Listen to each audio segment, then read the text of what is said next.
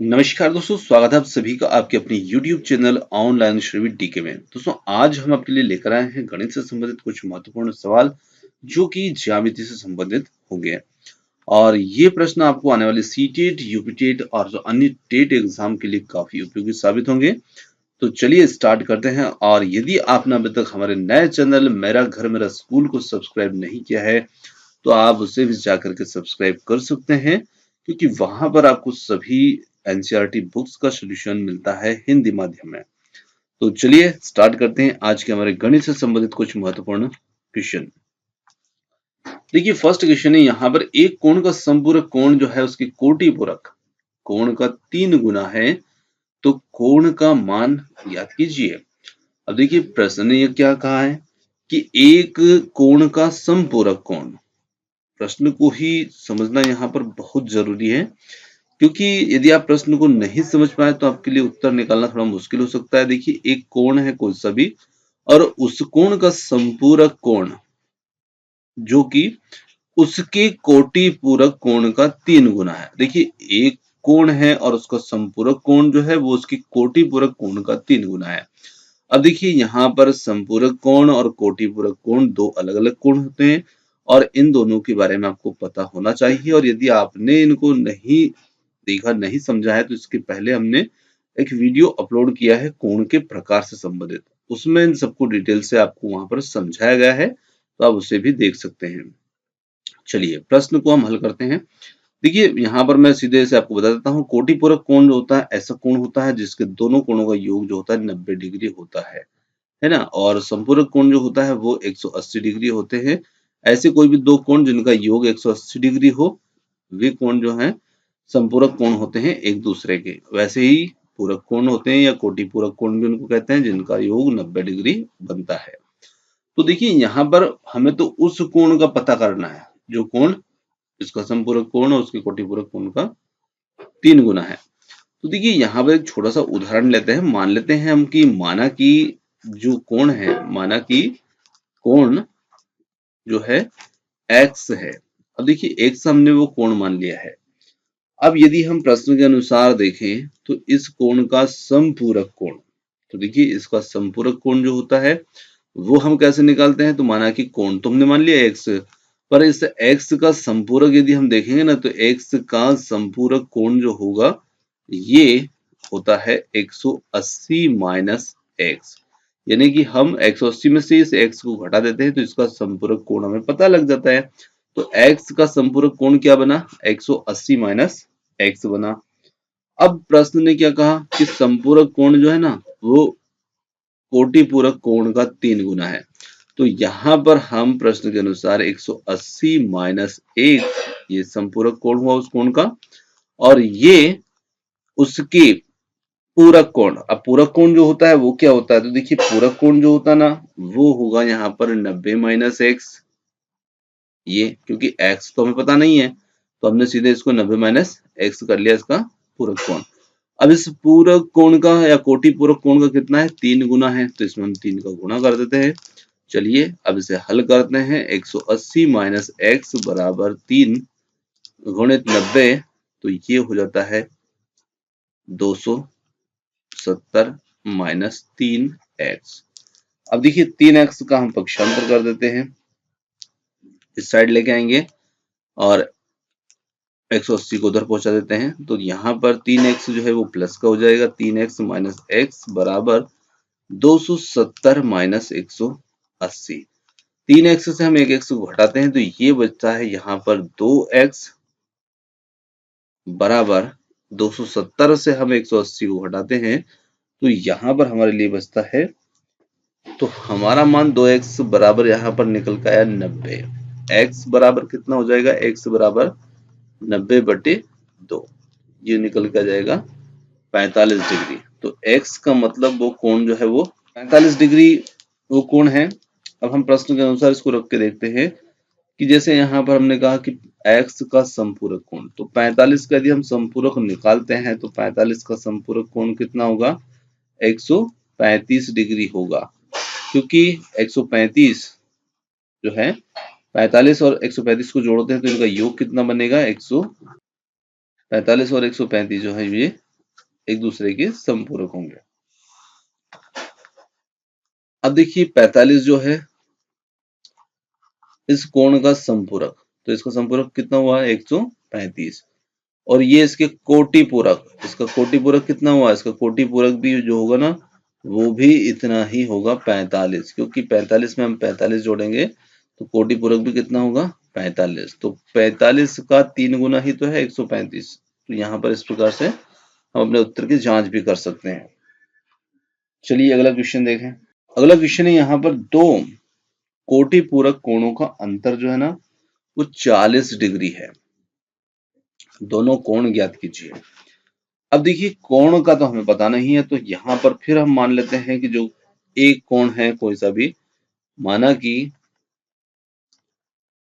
कोण एक कोण, क्योंकि दो कोण होंगे यहाँ पर, तो एक कोण हमने मान लिया x डिग्री है। अब इसका यदि हम निकालते हैं इसका कोटि पूरक, तो इसका कोटि पूरक जो होगा वो होता है 90 माइनस एक्स, ये इसका कोटि पूरक हुआ। अब इस कोण का और इसकी कोटि पूरक का अंतर जो है वो कितना है 40 डिग्री, क्योंकि दो कोटि पूरक कोण, अब 90 माइनस एक्स जो है ये इसका कोटि पूरक है और ये इसका कोटि पूरक है, इस प्रकार से दोनों एक दूसरे के कोटि पूरक हैं। तो यहाँ पर हम कह सकते हैं कि दो कोटि पूरक, तो यही वो दो कोटि पूरक कोण है। अब यदि हम इनका अंतर देखें प्रश्न के अनुसार, तो इनका अंतर है x माइनस 90 माइनस एक्स बराबर 40। तो देखिए यहाँ पर x ब्रैकेट हटाएंगे माइनस 90 और प्लस x बराबर 40, तो यहाँ पर x और x हो जाते हैं 2x बराबर 40 प्लस 90। अब इसमें 2x बराबर 40 और 90 को जोड़ते हैं तो ये हो जाते हैं 130, 40 और 90 130 हो जाएंगे, 130 डिग्री। तो x बराबर यहाँ पर 130 बटे 2, तो यहाँ पर 2 जंग 12 और 2 पंजे 10, x का मान निकल के आया कितना 65 डिग्री।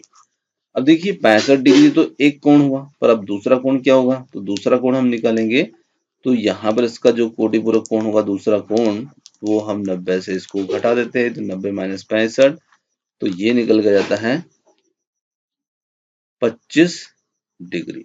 अब देखिए 25 और 65 का अंतर कितना है, तो इन दोनों का अंतर आप निकालेंगे तो वो 40 डिग्री ही अंतर आएगा।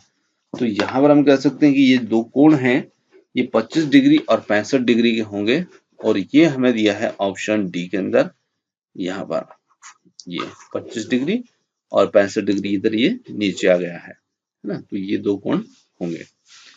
चलिए अगले क्वेश्चन की ओर बढ़ते हैं।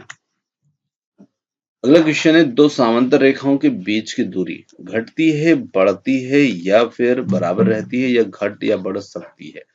तो देखिए जो समांतर रेखाएं होती है ना वो बिल्कुल एक दूसरे से हमेशा समान दूरी पर ही रहती है, यानी कि उनके बीच की जो दूरी होती है ना वो हमेशा ही क्या होती है बराबर होती है, और बराबर होती है उसी वजह से हम उसे क्या कहते हैं समांतर रेखाएं कहते हैं।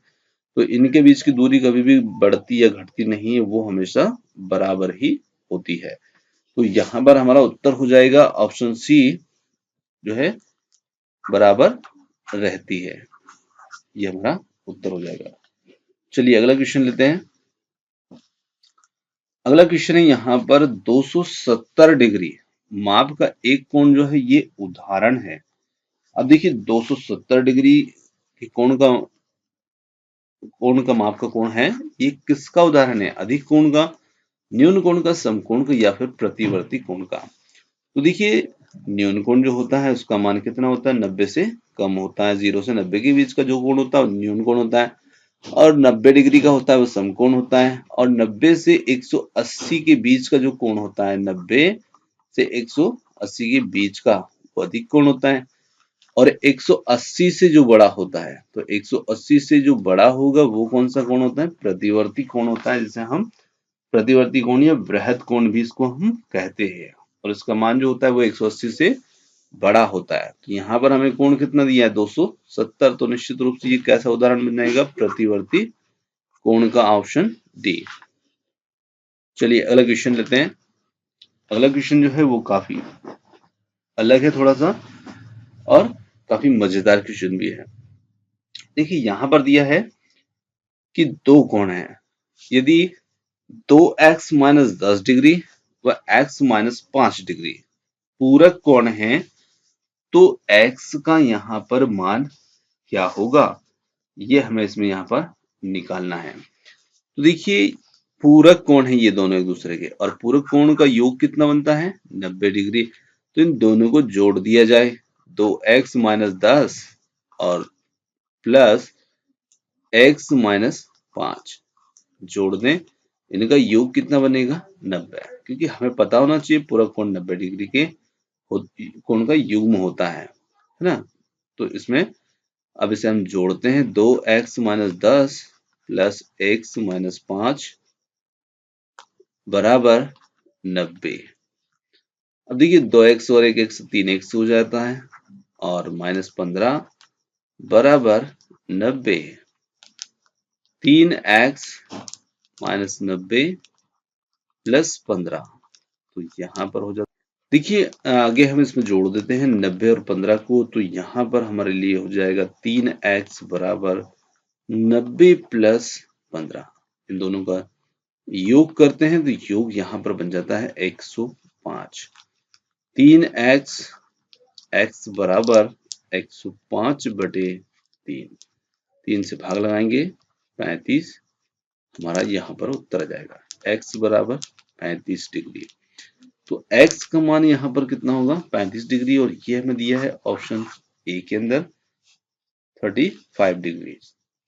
चलिए अगले क्वेश्चन की ओर बढ़ते हैं। देखिए अगला जो क्वेश्चन है हमारा, वो क्वेश्चन है यदि AB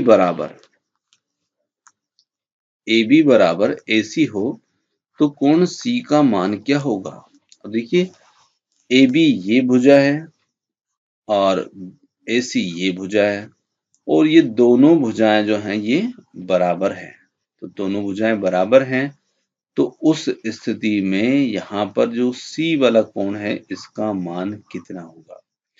तो देखिए जब भी आपको कोई भी त्रिभुज दिया हो और जिसमें दो भुजाएं बराबर होती है, तो वो जो त्रिभुज होता है वो होता है समद्विबाहु त्रिभुज।